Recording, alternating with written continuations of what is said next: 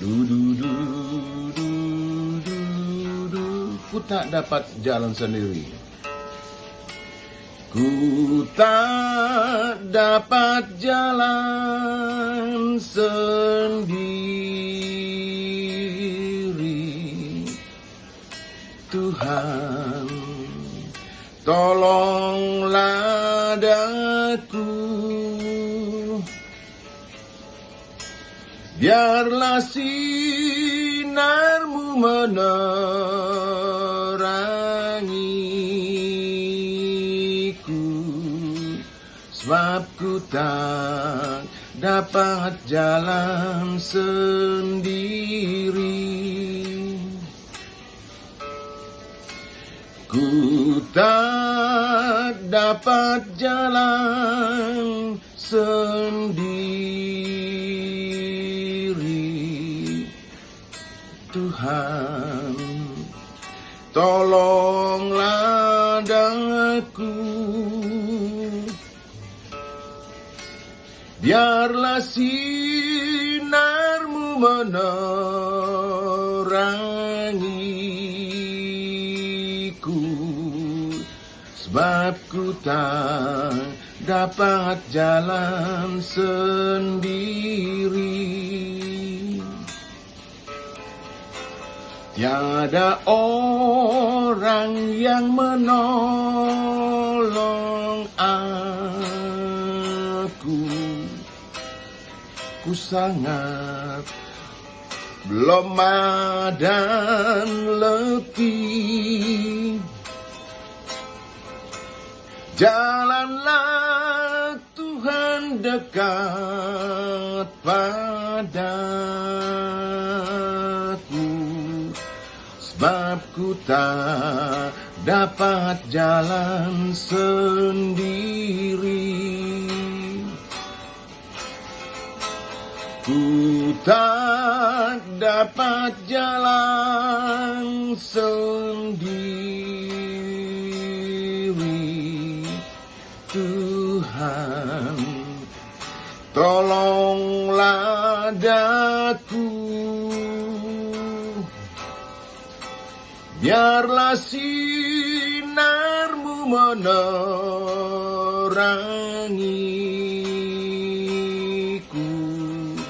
sebab ku tak dapat jalan sendiri. Sebab ku tak dapat jalan sendiri.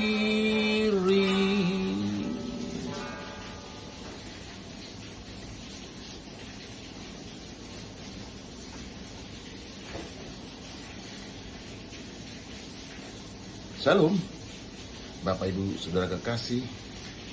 Hari ini Kamis tanggal 22 Januari 2026. Saya akan membawakan satu renungan singkat yang saya beri judulnya Menghalau Gelisah. Menghalau Gelisah, ya saudara.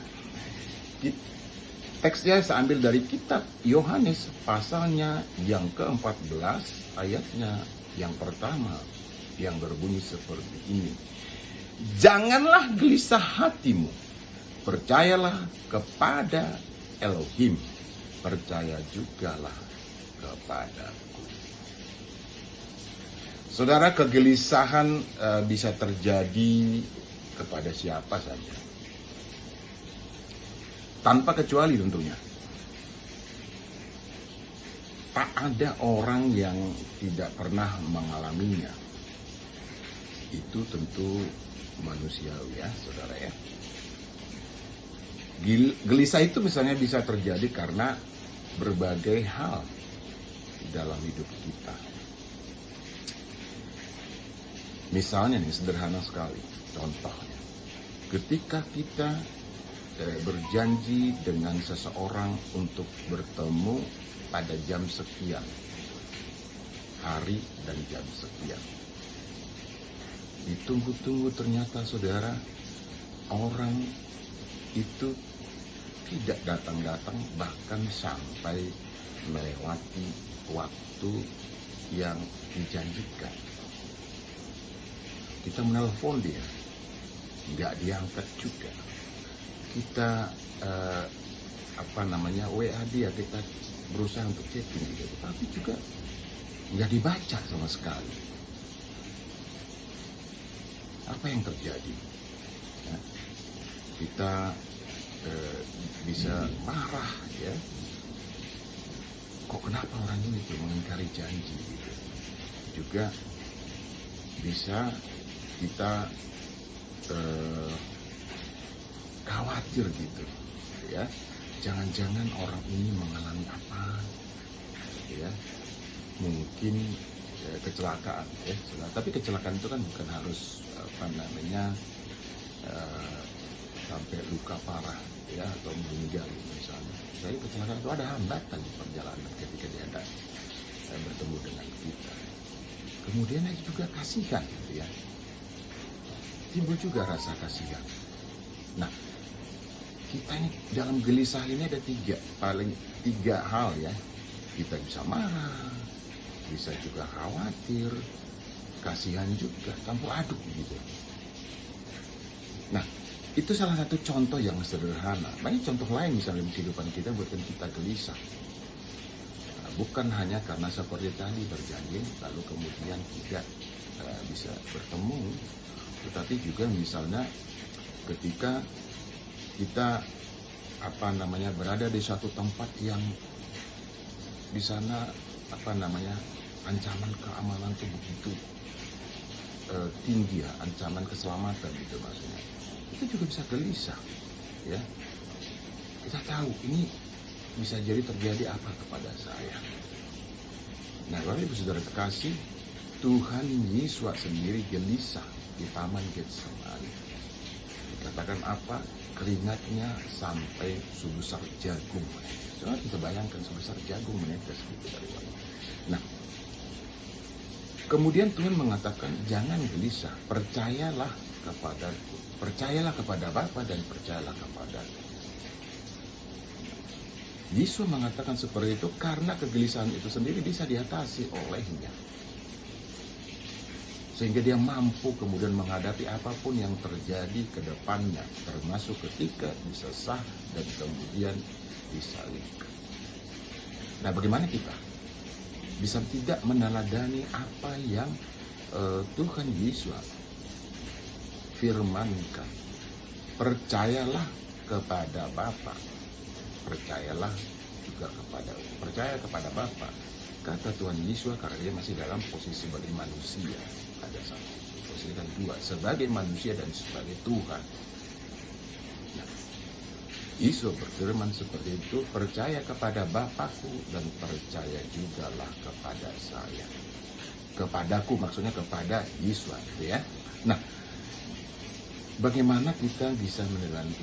Ketika kita mengalami gelisah, ketika mengharapkan sesuatu, atau ketika kita mengetahui ada ancaman terhadap kita, kita gelisah.